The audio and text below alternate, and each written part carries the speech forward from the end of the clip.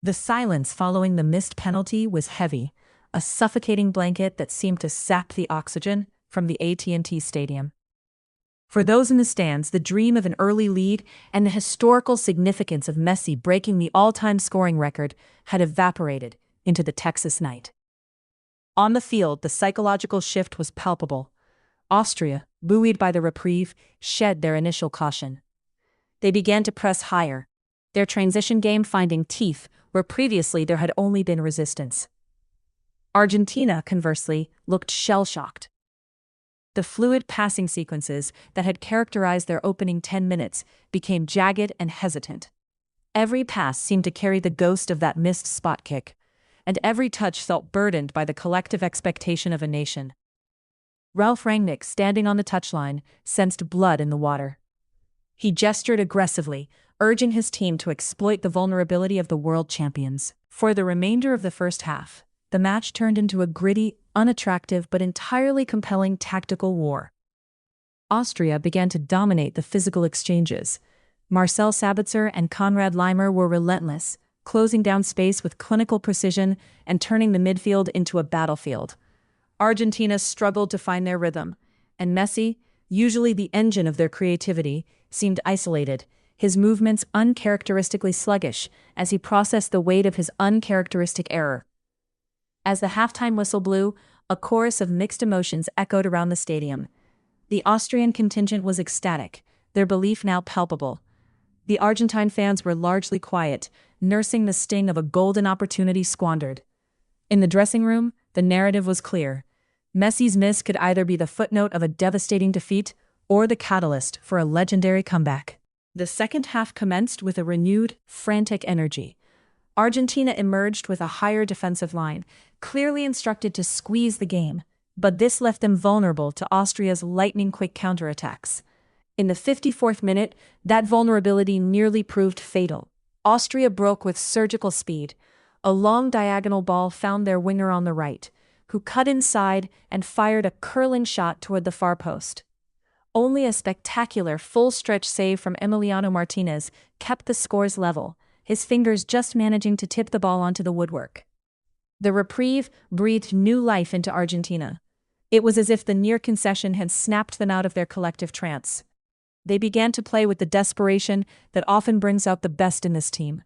Lionel Scaloni made a tactical shift, bringing on fresh legs in the wide areas to stretch the compact Austrian bloc. Then, the game began to tilt on its axis. In the 68th minute, Messi dropped deeper, assuming the role of the orchestrator. He started finding pockets of space that had been closed to him for an hour. He wasn't just searching for a goal, he was searching for redemption.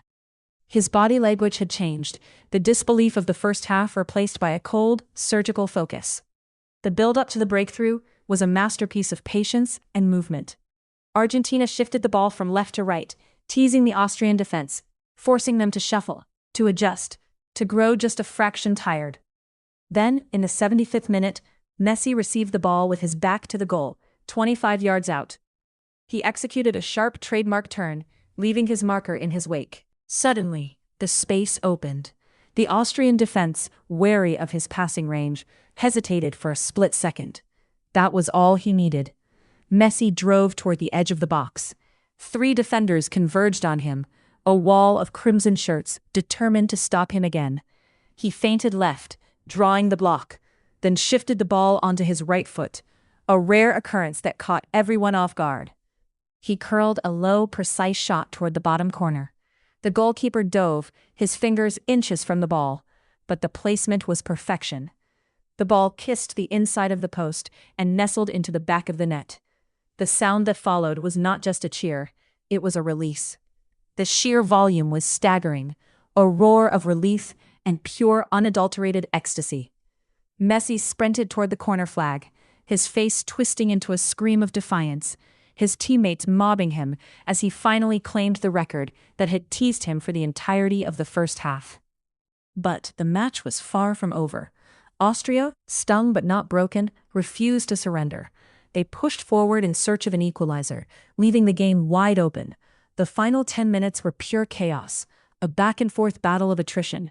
Austria forced another incredible save from Martinez, and at the other end, Argentina hit the post on a counterattack. The final whistle, when it eventually came, sounded like a starting gun for a celebration that would last all night. Argentina had survived. They had navigated the pressure of being the champions, overcome a crushing individual mistake, and responded with the kind of resilience that defines championship pedigree.